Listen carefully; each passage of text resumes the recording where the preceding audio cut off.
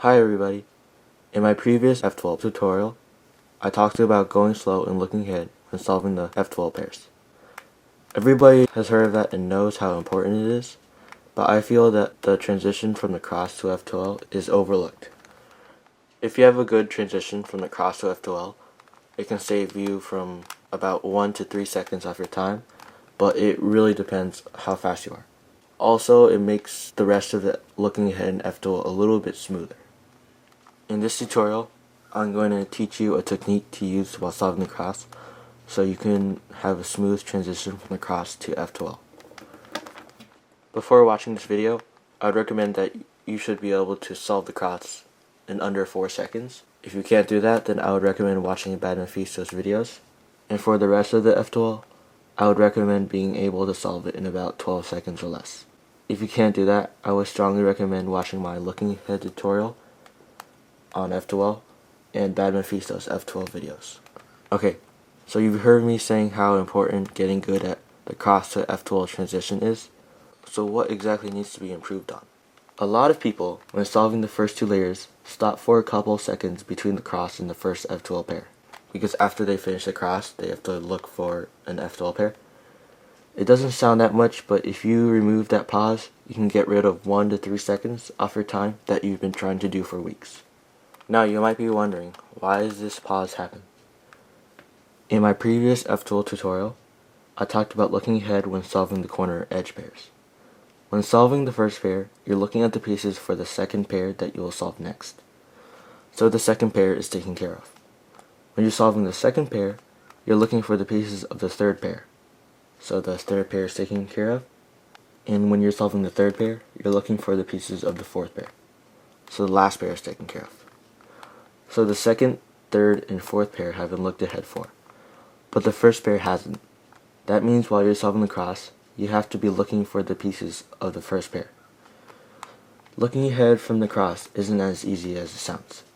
While doing the cross, there are 4 pieces instead of 2 for the F2L pairs, and you usually turn more than 2 sides when solving the cross. So when you're solving the cross, a lot of pieces around the cube are moving, and it's a little harder to try to find the pieces for an F2L pair.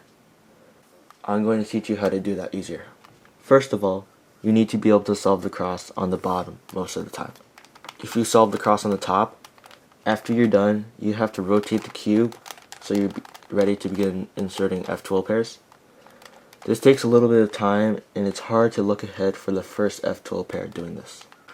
To practice solving the cross on the bottom, you just have to start solving the cross on the bottom. At first you'll hate it, but after a few days you'll get used to it. Second, you should learn how to solve the cross blindfolded, or just solve the cross closing your eyes. If you do this, you can solve the cross without looking at the cross pieces. So if you are good at it and you do it in regular solve, you can solve the cross while not looking at the pieces, and you can look ahead for the first F2L pair. Another advantage of being able to solve the cross without looking at the pieces is that you can solve the cross without pauses. I see a lot of people, they keep on stopping between inserting cross pieces, and they look and then sort of like stopping it when solving F2L pairs. But if you already know the solution to solving the cross, you can solve the cross without stopping, sort of like executing an algorithm. So how exactly do you go about solving the cross blindfolded? Well, it's simple really. You just need to try to memorize this cross solution. Spend as long as needed to memorize the solution. I mean seriously, if it takes you 10 minutes, then go for it. After you've memorized the solution, close your eyes and try to solve the cross. Try to get as many successful cross solves as possible, and keep on practicing until you can memorize the cross in about 12 seconds or less.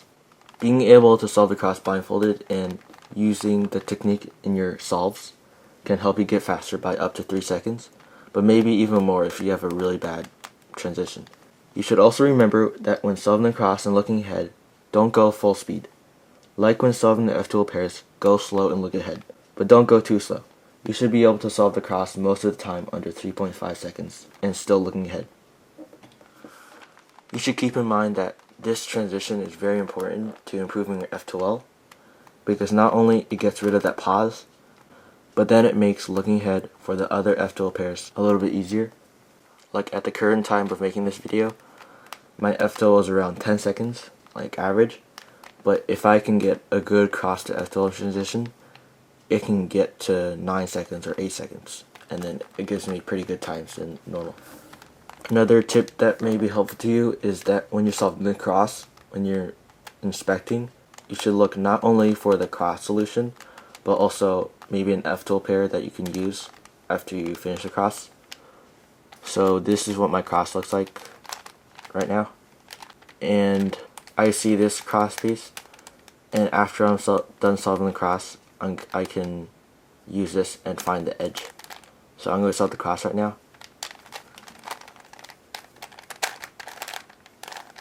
Okay, so I already saw this and the edge is here, so I can immediately go on here and do the rest of the F2L. I don't know if this technique is really that much helpful. Like, I don't use it that much, and it doesn't really help me that much. But some fast people like Felix Zemdegs say that it's really good to use it in your solves. So maybe he knows what he's talking about and I don't. Yeah, so try it out. Maybe you'll find it helpful. So remember to get good at solving cross blindfolded, and then you use that technique at not looking at the cross pieces and use it in your solves. And eventually, if you practice a lot, you'll see an improvement in your times. So I hope this video was helpful to you. I hope you'll get faster soon. If you have any questions, you can comment below or message me. Thanks for watching.